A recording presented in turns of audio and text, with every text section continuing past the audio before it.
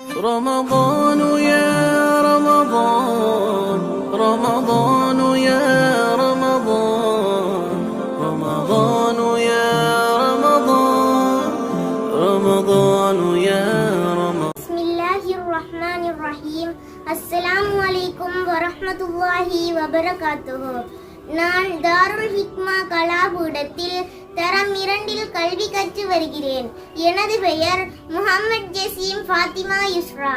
நான் உங்கள் முன்னிலையில் பொய் எனும் தலைப்பில் நற்சிந்தனை ஒன்றை வழங்கிச் செல்லலாம் என நினைக்கிறேன். நபி ஸல்லல்லாஹு அலைஹி வஸல்லம் அவர்கள் கூறியதாக இப்னு மஸ்ஊத் ரலியல்லாஹு அன்ஹு அவர்கள் அறிவிக்கிறார்கள், பொய் பாவத்தின் பக்கம் வழிகாட்டும், பாவம் நரகத்தின் பக்கம் வழிகாட்டும்.